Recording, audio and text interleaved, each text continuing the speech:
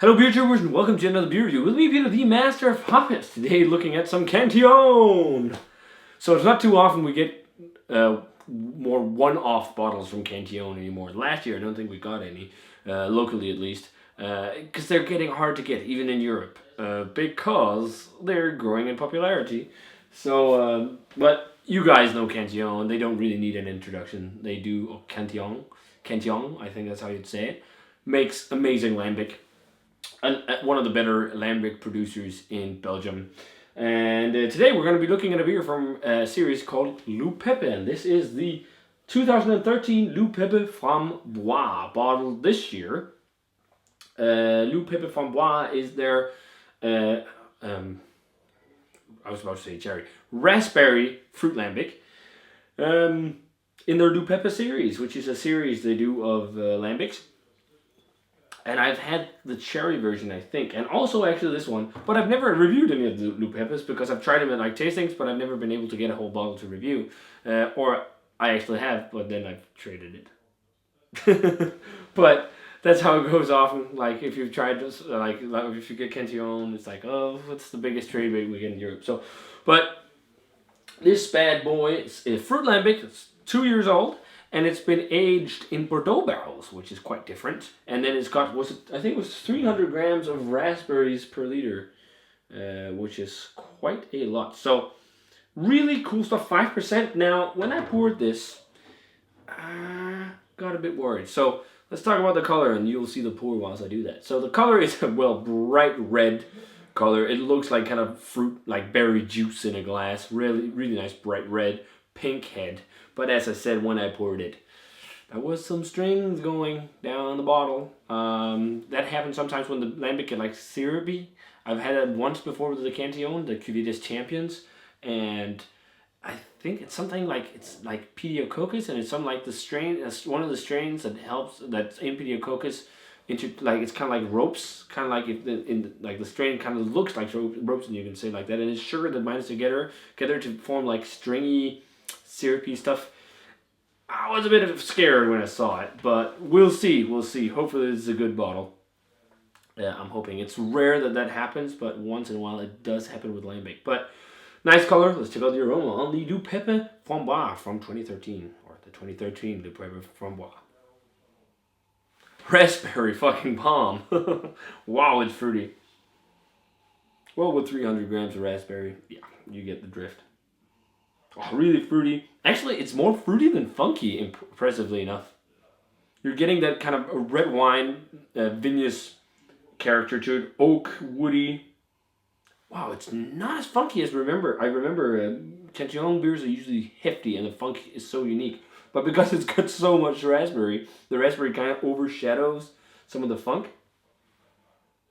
It reminds me, for some reason, a bit of the vitamin tablets with raspberry flavors for kids. There is some funk, but it's not as crazy as like on aromas of other Cantillon lambics, which is kind of interesting. It's a big fruit bomb. It smells really nice though, and doesn't smell like anything's off. But we'll see on the mouthfeel. Is this going to be sticky? Let's find out. Cheers, guys.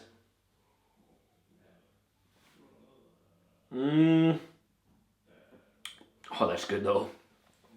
Lightly. It hasn't gotten, I'm glad I'm cracking this bottle now. It's not all bottles, but some bottles that happens. And it's quite unlucky. You can taste that it's kind of starting to happen in this one. Because it's got a bit of a chewy, syrupy mouthfeel. Almost, I want to say slimy, but it's so light. And the effervescence kind of makes it fade, which kind of sucks. Because this is a $40 beer, $45, $50 bottle of beer, then you don't want shit like that to happen. This is nothing to do where I bought it or anything. It's just something to do with, Cantillon. But Cantillon is a brewery I usually give really high praise, and I still think this is really awesome.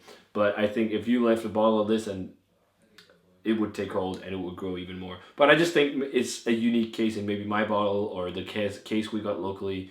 I don't know. Because it varies a lot with lambic from bottle to bottle. But nice flavors though. Really intense raspberry flavor. Hint of vanilla. Almost reminds me of some of the flavors you got in the Swansea from this year, or Swans, or whatever it's called. It's got a similar profile. Definitely get the oak, that kind of Bordeaux red wine, balsamic vinegar taste, with the oaky, woody flavor. Oddly enough, I'm really not getting a lot of and a pleasant sourness. It's got a dry funkiness, but oddly enough, it's nowhere near as intense as in other Cantillon beers. It's there, but it's not huge.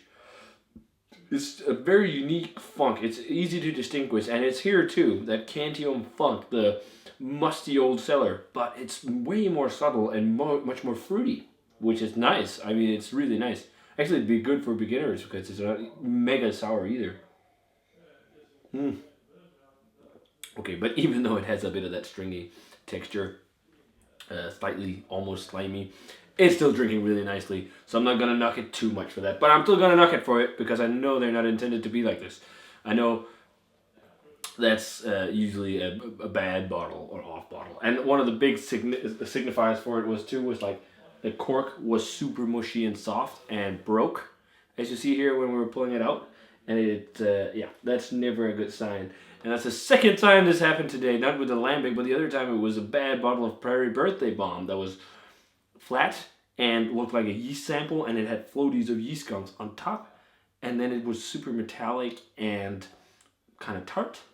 So we're on a roll with stuff like this today. But other than that, I mean, the only little thing is that stringy, slightly slimy thing. Other than that, I think the beer is as it's supposed to be, and that's something that probably can build in the bottle, but something if you drink it right now, nothing will happen. So still is really nice. I would probably give it like a 95 or 96. Maybe higher. I don't know if I had it without this mouthfeel, without this stringy, slightly slimy, syrupy texture. But I'm going to knock it because of that. So I'm going to drop it down to like a 93. I still think it's a fucking exceptional Lambic. It's great, but it's not up to Cantillon standards. At least this bottle's. And I gotta be honest, it's still great stuff. 93 is a great grade, but this stuff is usually rating up in, for me at least, like 96, 98. Something like Fufun is like almost 100, if not 100. So, especially like this year's. So, that's a bit of a disappointment when you drop this much money for a beer. But, yeah, my other bottle is going out in a trade, so I'm hoping that's gonna be okay. I think it will. I'm crossing my fingers that I got the bad one and the one I'm trading is gonna be good. So, guys, if you had a chance to try the Cantillon Pepe Framboise from 2013, let me know what you think of it. Did you get a bottle with the same experience too, with a soft cork and kind of a syrupy mouthfeel? Let me know. Maybe glad it's not more than it is though. So I suggest if you have anything, a bottle of where it looks like it might be slightly syrupy by twirling around or anything, drink it instead of aging it. So. Yeah, let me know, guys. And as always, remember to comment, subscribe, check out the Facebook fan page and Twitter and Instagram, and give us a thumbs up if you enjoyed the review. And I'm going to say cheers, and see you guys in another beer review.